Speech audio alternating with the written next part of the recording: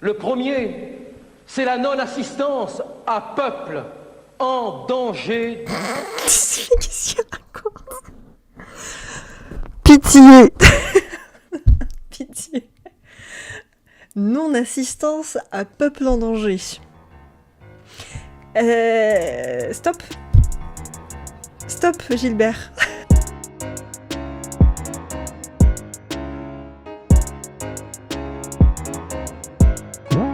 Bon, comme vous allez vite le comprendre, l'émission de 88 a des petits problèmes de son, notamment en fait quand j'ai fait le live, peut-être que vous vous en souvenez, j'avais le son du procès dans l'oreille gauche et j'avais un petit sifflement dégueulasse dans l'oreille droite. Difficile de refaire une balance correcte avec ce son-là. En revanche, j'ai réussi à me débarrasser du sifflement, mais du coup vous allez avoir le son du procès que dans l'oreille gauche. Voilà, je suis désolée, c'est pas très agréable, mais c'est le mieux que j'ai pu faire. Donc voilà, sur ce, bon visionnage. Mais c'est quoi en fait? Une sorte de représentation de théâtre? Oui, en fait ça fait partie d'une émission au nom du peuple français qui a été diffusée du coup le 12 décembre 1988.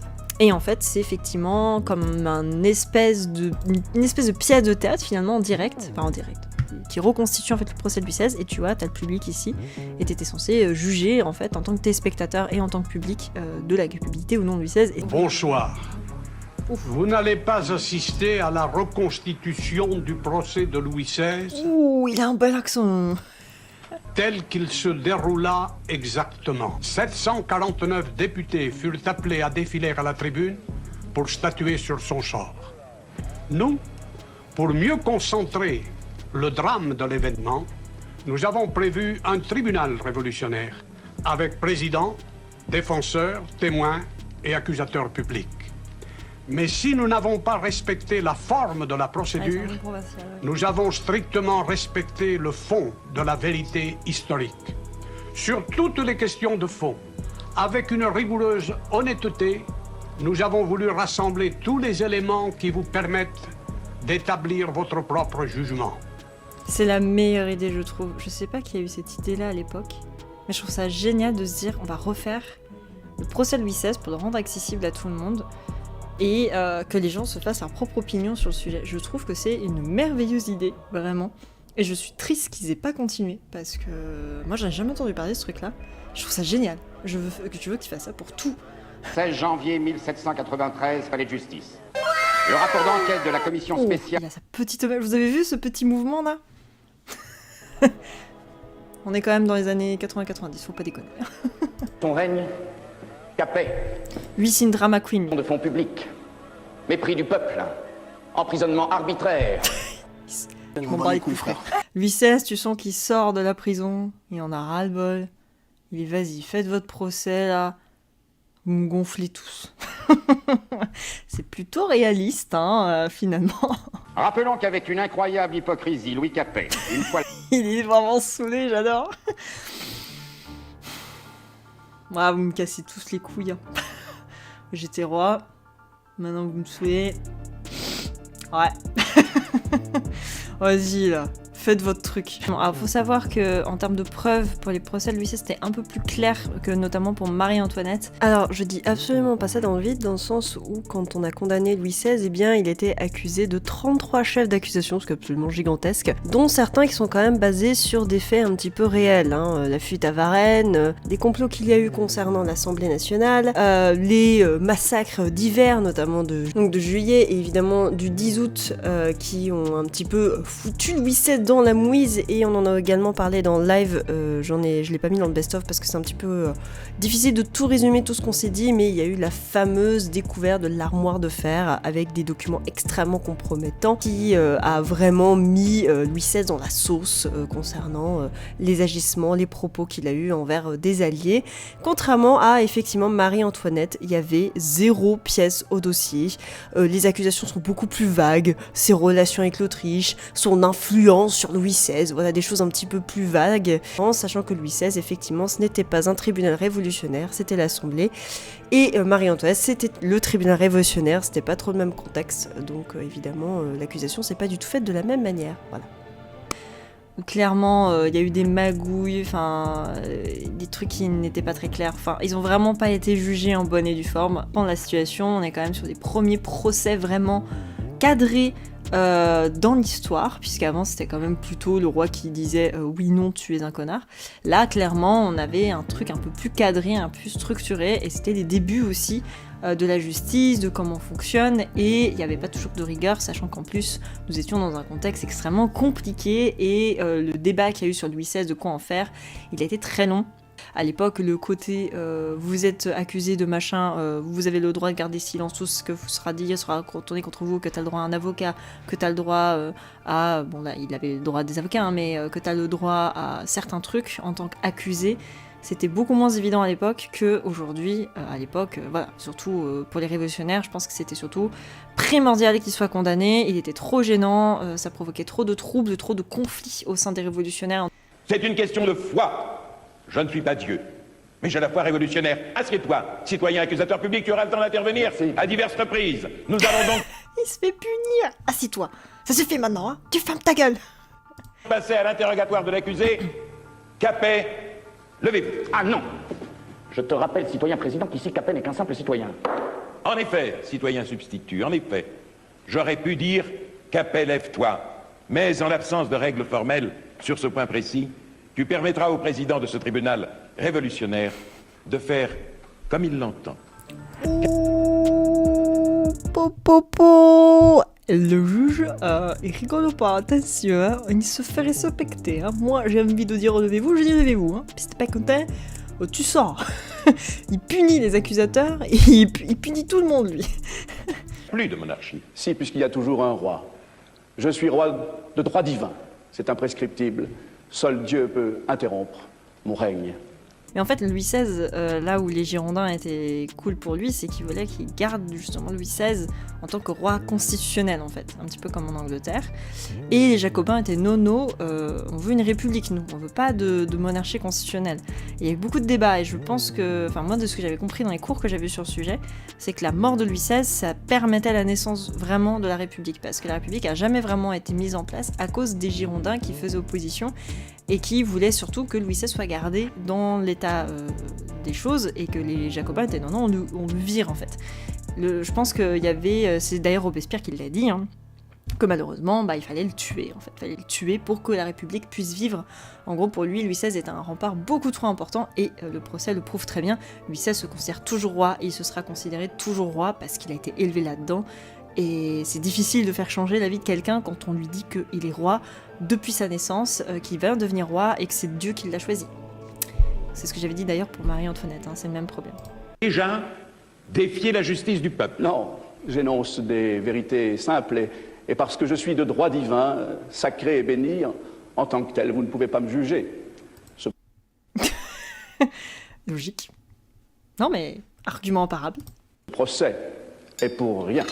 Tu trembles, Capet. Oui, de froid. Cet hiver est rude, mais mon cœur est en paix. Oh, quel drama queen quand même, ce Louis XVI, il est fou. Je suis né roi, je resterai jusqu'à ma mort, le roi Louis XVI. Tu insultes la République? Non, je n'insulte personne. Si je meurs, je veux mourir sans avoir rien perdu de la dignité de ma conscience. Pour moi, les choses sont simples. La République n'existe pas. Je demeure roi, même au fond de ma prison, même couvert d'infamie, même témoin désarmé des souffrances que les miens endurent autour de moi. On n'aurait pas le même réflexe aujourd'hui, mais c'est vrai que tu comprends totalement pourquoi il est comme ça. Louis XVI, jamais il aurait accepté ça, c'est normal. Mais pour les révolutionnaires, évidemment, c'est un affront. Mais pour lui, c'est tout à fait normal de penser ça. Pourquoi il changerait sa manière de penser alors que pour lui, c'est la bonne chose d'être roi. C'est bien d'être roi. C'est bien la royauté, c'est bien la monarchie. C'est Dieu qui l'a voulu. Pour lui, tout est cohérent, tout est logique et tout est bien en fait. Louis XVI a toujours pensé qu'il était dans son bon droit, et je pense qu'il a sincèrement pensé jusqu'au bout qu'il était innocent de ce qu'on l'a accusé, comme il l'a dit à sa mort. Vos arguments seront entendus. Vous n'êtes pas, par avance, condamné à la peine suprême. Ça, monsieur, je ne suis pas sûre, hein. C'était déjà bien envisagé quand même. Hein. On ne dit pas que, voilà, vous avez fait un vote, mais il était mal barré quand même, le gars. Hein. Capet, tu nous parles de ta famille, Citoyen accusateur Ta public. famille, c'est la multinationale. Citoyen du accusateur roi. public, tu prononceras Merci. ton réquisitoire tout à l'heure.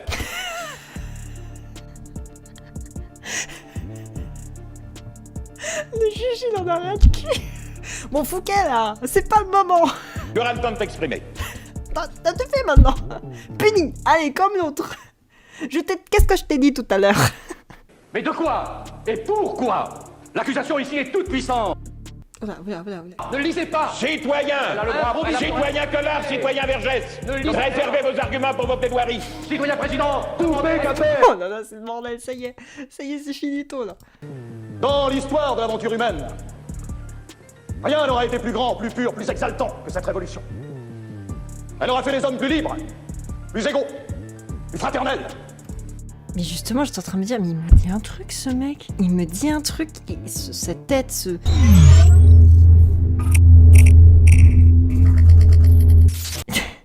T'es sûr que c'est Patrick Sébastien? T'es sûr que c'est lui? Parce que si c'est Patrick Sébastien qui joue Danton, ma vie va être changée à jamais. C'est pas toi, c'est pas les sardines. Les sardines jouent Danton? Ah, il a fait plein de trucs en lien avec... Oh... Bah oui, si, c'est ça. Au nom du... Putain, c'est Patrick. C'est Patrick. Attends, du coup, on a tout le monde, là. Putain, c'est Patrick. Oh, incroyable. Oh non, je me suis spoilé. Fabrice Lucchini fait Robespierre. Je veux voir ça tout de suite. Robespierre, arrive bien, s'il te plaît. Et au moment du montage, j'avais même pas tilté, mais en fait, la drama queen dont je vous parle dans la vidéo, eh bien, ça a été joué par Thibaut de Montalembert. Donc pour les gens qui connaissent 10%, c'est lui qui joue Mathias, le mec de l'agence. Et d'ailleurs, vous saurez qu'il est issu d'une famille descendante de la première croisade, et qui s'appelle Thibaut Charles Marie Septime de Montalembert. Donc même son nom, ça va très bien avec la drama queen. Bref, ça m'a fait rire, voilà, vous êtes contents de le savoir. Je lisais ce matin dans la presse que ton zèle révolutionnaire s'était ralenti. Que tu en avais assez du sang versé, que tu penchais à la clémence, que tu voulais nuancer ta rigueur. Alors monsieur, ce n'est pas le sujet. Mais disons, mon petit Danton, là, tu serais pas un petit peu modéré? Alors, c'est pas le sujet, c'est comme si, mais dis donc, apparemment t'aimes pas Star Wars, tu vois, c'est un peu ça, genre oui, c'est vrai que c'est le sujet, ou alors tu vas voter François Fillon au prochain tour, tu vois, genre, c'est pas du tout le sujet. Je juge les élèves au maître. Je suis pas de ceux qui disent que le 2 septembre fut un grand moment de notre histoire. Mais je suis de ceux qui savent que sous le règne de Louis, sous le règne de ses prédécesseurs, on a en place publique exposé les pendus, qu'on a montré les poings coupés, les langues arrachées, le plomb fondu, qu'on a écartelé sur la place publique. Oui, alors d'accord monsieur, mais Louis XVI ne l'a pas fait, donc c'est un peu facile de dire ouais, mais son grand-père, arrière-arrière-grand-père, arrière-arrière-arrière-arrière-grand-père, arrière-arrière... Non mais c'est bon, là ce qu'on juge c'est les actes de Louis XVI, même s'il y a la monarchie et tout ça, je suis d'accord, mais par exemple, effectivement, il pourrait dire que Louis XVI ou Marie-Antoinette a favorisé par exemple effectivement les massacres aux Tuileries. Parce que c'est un fait, effectivement, mais de dire « ouais, mais dans la monarchie, on n'a pas fait des trucs super, quoi ». Oui, d'accord, mais qu'est-ce qu'a fait Louis XVI en particulier, en fait, pour que vous le condamniez à mort? Parce qu'il n'est pas responsable de ce qu'a fait son grand-père, son arrière-grand-père, son arrière-grand-père. Louis XVI n'a écartelé personne, et voilà, on peut lui reprocher, je sais pas, moi, le fait d'avoir mis en prison des gens, je ne sais pas, moi, je sais pas tout ce qu'il a fait, Louis XVI, mais bon. Une effroyable dictature, c'est une effroyable dictature. Il n'a pas l'air convaincu, hein. Bon, une dictature. Vous exagérez un peu, hein. Ça va. Dictature, oh. Hein, ça suffit maintenant. Tenez, je vous ai apporté le menu d'un dîner semblable quasiment à tous les autres. Écoutez plutôt. 3 potages. Ça va, c'est des soupes. À savoir, riz à viande, croutons unis, croutons au laitue. Ça n'a pas l'air très sympa quand même. Hein. Un petit potage carotte, poutier marron, ça serait déjà plus sympa quoi. Là, croutons au chou là. Ça a l'air un peu dégueu ton truc. 2 grosses pièces. Culotte de bœuf au navet, jambon à la broche. Oui, bah écoute, il aime bien la viande à un moment donné. Vous, les végétaliens, hein, les véganes, vous nous saoulez là, à vouloir pas manger de viande tout le temps. Je suis trop chiante.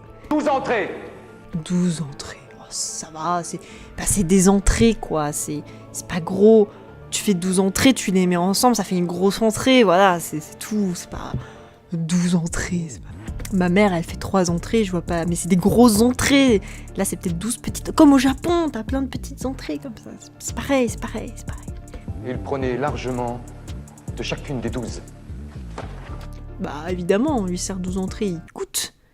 C'est du respect pour les cuisiniers qui bossent, voilà. Pigeon à la Gautier, pâte à l'espagnol. Alors déjà, pigeon, y a pas grand chose, je pense, dessus. Caneton de roi à l'orange. Oh, caneton de roi. Pareil, caneton, pigeon, c'est petit, ces trucs-là, c'est des petites viandes, y a rien à bouffer là-dedans.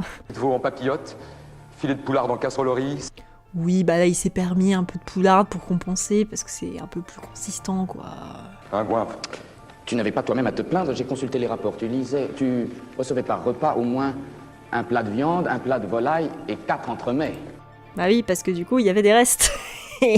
Bah oui. Et donc les domestiques, bah il fallait bien qu'ils bouffent, donc ils bouffaient, je pense, des trucs aussi. J'aime bien comment, à la Révolution, quand tu fais un procès, tu parles d'un truc, mais on t'accuse, toi, de certaines choses. C'est Twitter, en fait, finalement. C'était des plats partagés entre toute la table. Et oui, tout à fait, et ça a toujours été un peu comme ça, hein. Dès le début, j'ai l'impression, même à la Rome antique, on picorait beaucoup, à l'Antiquité, on picorait beaucoup. Ça a toujours été un peu... C'est très récent, cette manie de... Puis surtout, c'est français, parce qu'il y a plein de pays qui font pas encore vraiment ça, comme je vous le disais, de dire entrée, puis plat, puis dessert, en mode, ouais, tu manges ton plat un par un. Il y a encore beaucoup de pays où c'est tout en même temps, et ça a toujours été ça pendant très longtemps, en fait. Pas assez. Nous verrons bien, citoyen Collard. Parfois trop. Mais là, il plaide, il devrait... Il ne plaide pas encore, citoyen Collard. Laisse le défenseur de l'accusé dire ce qu'il a sur le cœur. Et pourquoi il s'est moqué de moi du fromage et du dessert? Moi, je les ai vus, les gens, dans les marches. Moi, je les ai vus, les gens. Dès on va le dire, hein. Dès qu'il y a Collard qui intervient, c'est la merde. Ça y est, c'est fini. S'il vous plaît, messieurs, si je suis de trop, messieurs, mon utilité, au moins les vieilles guenilles, les faux culs de la politique, ceux qui ont dit que l'élection était un piège à con. S'il vous plaît, monsieur Collard, J'aime me battre. Courage et qualité. Robespierre, Maximilien, 35 ans, avocat d'Arras, premier député de Paris. En cette circonstance, je ne guillotine pas un homme, je guillotine un millénaire. D'aucuns feront observer, citoyens, que pour guillotiner un millénaire, il suffisait de guillotiner la monarchie, c'est fait. Aussi longtemps que le roi est vivant... Un jour, Robespierre, maintenant que j'ai fait ça sur Napoléon, un jour, Robespierre aura le droit, je pense, à son procès.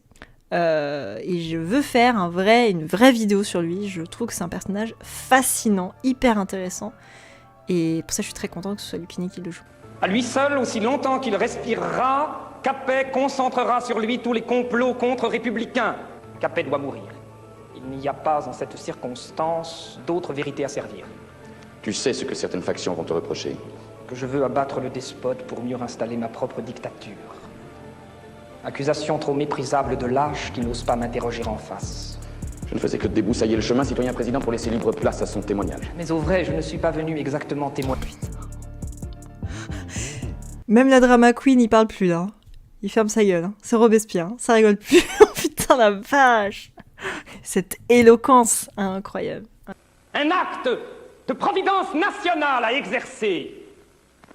Louis doit mourir pour que la patrie vive. N'est-ce pas effacer ce tribunal? Vraie citation de Robespierre que je trouve extrêmement classe. Mais un roi détrôné au sein d'une révolution qui n'est rien moins que cimentée par des lois justes, un roi dont le nom seul attire le fléau de la guerre sur la nation agitée, ni la prison ni l'exil ne peut rendre son existence indifférente au bonheur public, et cette cruelle exception aux lois ordinaires que la justice avoue ne peut être imputée qu'à la nature de ses crimes. Je prononce à regret cette fatale vérité, mais Louis doit mourir parce qu'il faut que la patrie vive. C'est ça la phrase entière, et c'est ça que je trouve dommage dans le procès qu'on vient d'entendre, c'est que Lucchini n'a pas dit « je prononce à regret cette fatale vérité », il a dit « Louis doit mourir pour que la patrie vive ». Mais lui, il a dit « je prononce à regret cette fatale vérité ». Donc Robespierre avait bien conscience que ça le faisait chier de condamner à mort quelqu'un parce qu'en soi il était contre, et c'est là où quand même le coup de la terreur c'est intéressant parce que comment il en est arrivé là, hein, parce qu'à la base il était quand même contre. Il dit bien un regret parce que pour lui il n'y a pas d'autre solution en fait.